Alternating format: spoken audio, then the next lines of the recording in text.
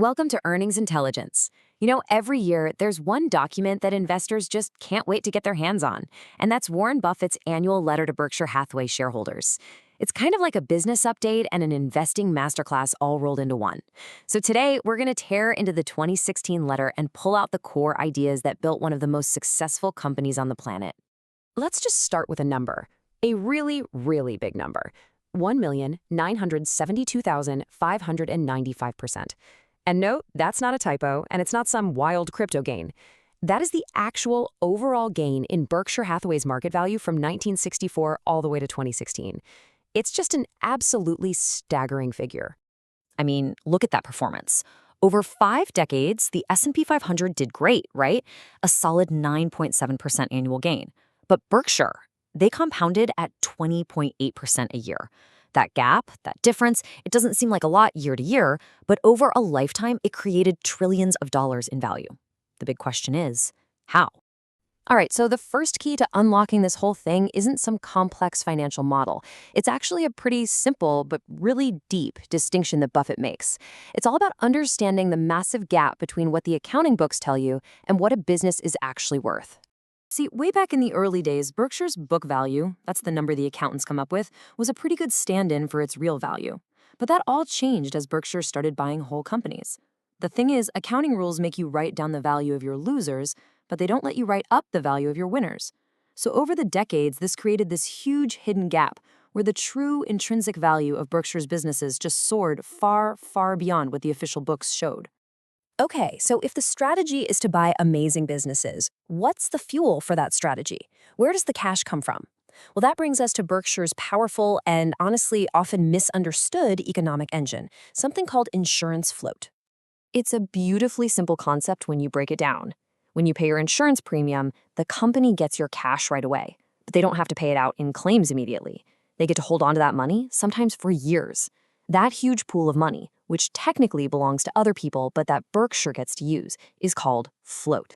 And Buffett's way of thinking about it is just genius. He says, as long as our insurance businesses break even, as long as the premiums we collect cover the claims we pay out, then this float is basically a giant interest-free loan. And get this, if they actually make a profit on the insurance side, it's better than a free loan. They're actually getting paid to hold on to and invest other people's money.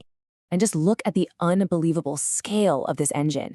It went from about $39 million in 1970 to over 91 times billion by 2016. That massive, cost-free pile of capital is the firepower Berkshire uses to go out and buy businesses and stocks. It's what fuels that incredible growth we saw at the beginning. But, this letter isn't just about financial mechanics. It's a total masterclass in mindset. And it all starts with a kind of brutal honesty about mistakes.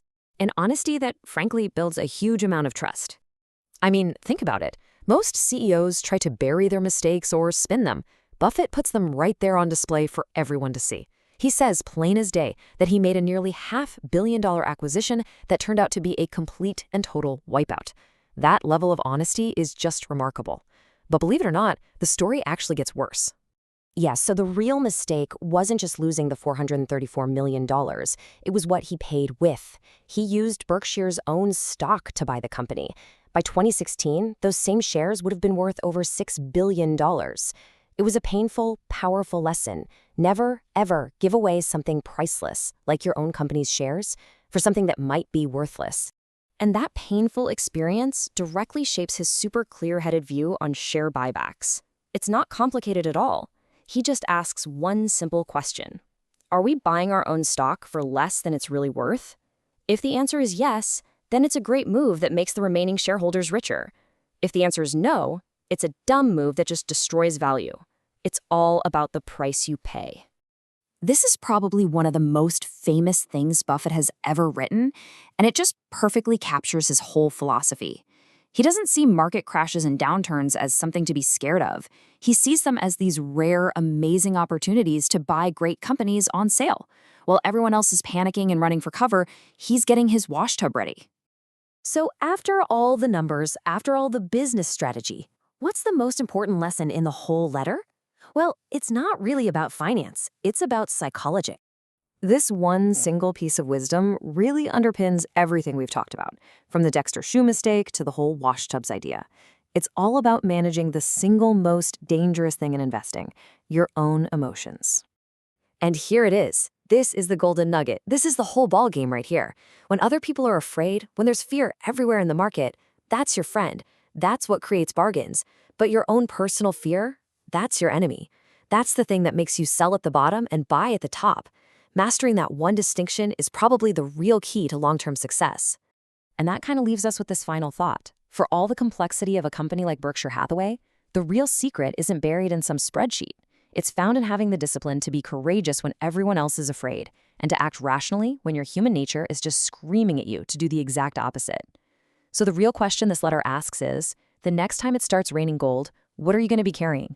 A teaspoon or a washtub?